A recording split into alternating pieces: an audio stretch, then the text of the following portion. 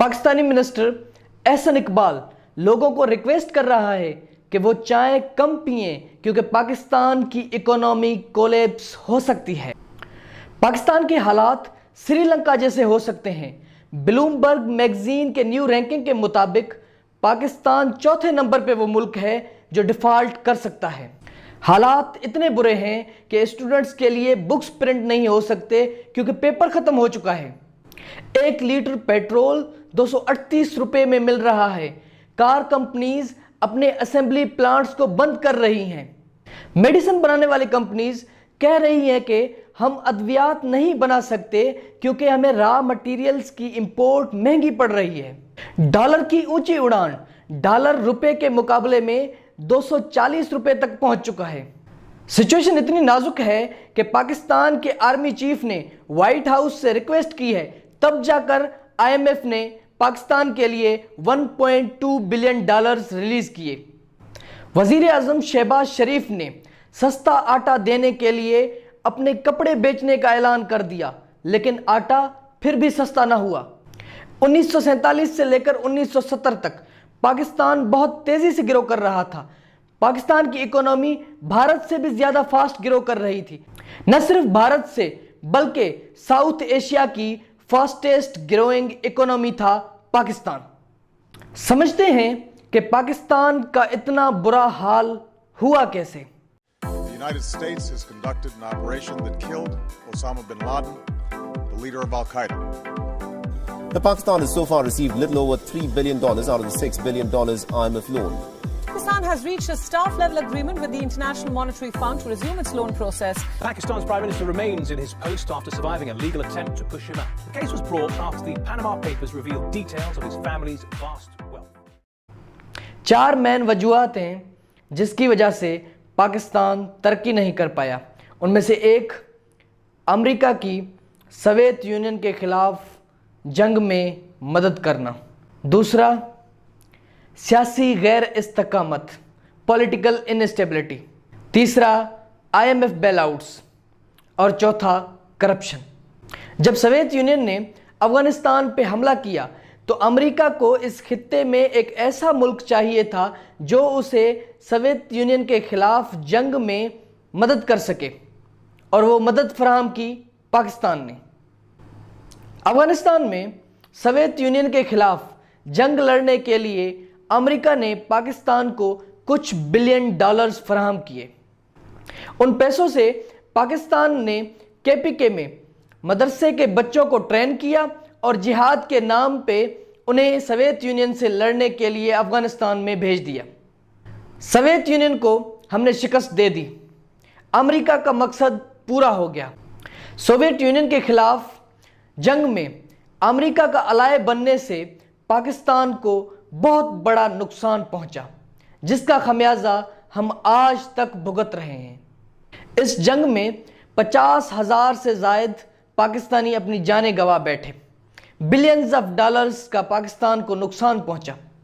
और जब अमेरिका का मकसद पूरा हो गया तो अमेरिका ने पाकिस्तान पर पाबंदियां लगाना शुरू कर दी, पाकिस्तान को टेररिस्ट कंट्री करार दे दिया। इस जंग का नुकसान ये हुआ कि हमारे कबायली इलाके तबाह हो गए। 28 लाख अफगानी रिफ्यूजीज बॉर्डर क्रॉस करके पाकिस्तान में आ गए, जिसके नतीजे में ड्रग्स और इलीगल हथियारों की स्मगलिंग बढ़ गई।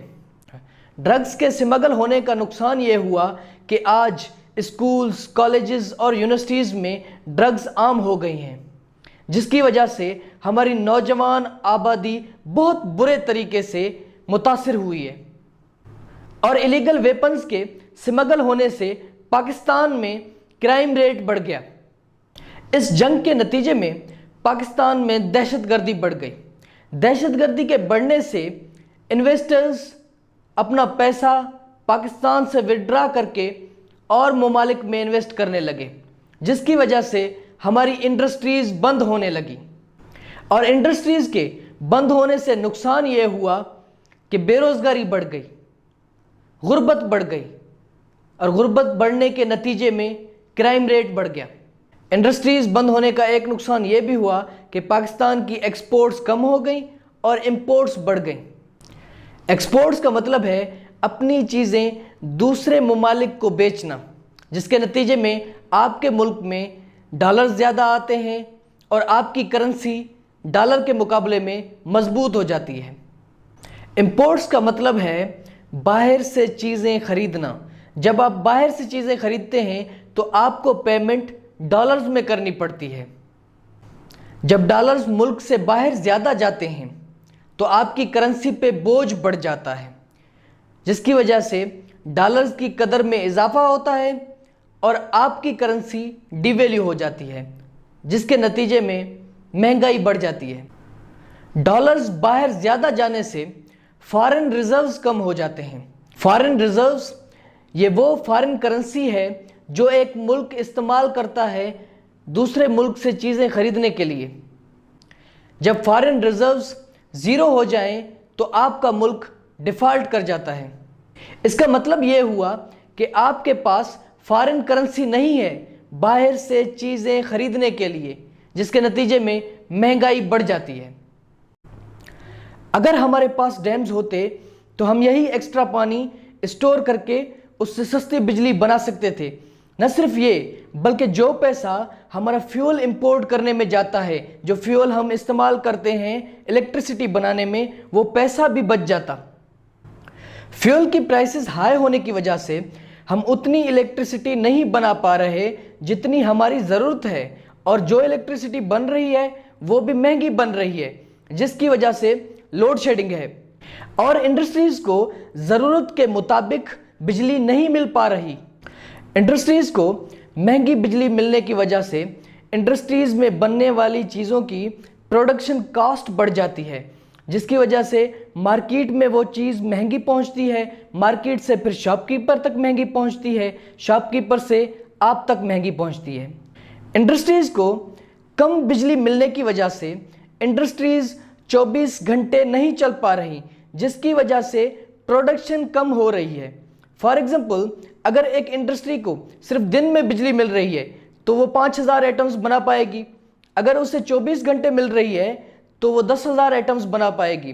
اس سے کیا ہوگا کہ ایک تو وہ چیز عام عوام کو یہاں سستی ملے گی، دوسرا ایکسٹرا ایٹمز ہم باہر ایکسپورٹ کر سکتے ہیں، جس کی وجہ سے ملک میں ڈالرز آئیں گے۔ اگر ملک میں ڈالرز زیادہ آئیں گے تو روپے کی قدر بڑھے گی، روپے کی قدر بڑھے گی تو چیزیں آپ کو یہاں سستی ملیں گی، مہنگائی کم ہوگی۔ 1958 ایوب خان کے دور میں پاکستان پہلی بار IMF کے پاس گیا تھا۔ آج تک پاکستان 23 بار IMF سے لون لے چکا ہے۔ نہ صرف IMF سے بلکہ ایشین ڈیولپمنٹ بینک سے، دوست ممالک سے اور ورلڈ بینک سے بھی پاکستان نے قرضہ اٹھایا ہے۔ قرضہ لینا کوئی بری بات نہیں، لیکن اس پیسے کا استعمال کیسے ہوتا ہے اس پہ ڈیپینڈ کرتی ہے کسی بھی ملک کی کامیابی یا ناکامی۔ اگر وہ پیسہ ملک کی ڈیولپمنٹ پہ، تعلیم پہ، انفراسٹرکچر پہ، اسکل ڈیولپمنٹ پہ خرچ ہوتا تو اس سے ملک ترقی کر سکتا تھا، لیکن پاکستان میں ایسا نہیں ہوا۔ پاکستان کا فوکس تھا ملٹری پہ۔ آج بھی پاکستان کے بجٹ کا زیادہ حصہ دو چیزوں پہ خرچ ہوتا ہے، ایک ڈیفینس پہ، دوسرا قرضوں کی ادائیگی میں۔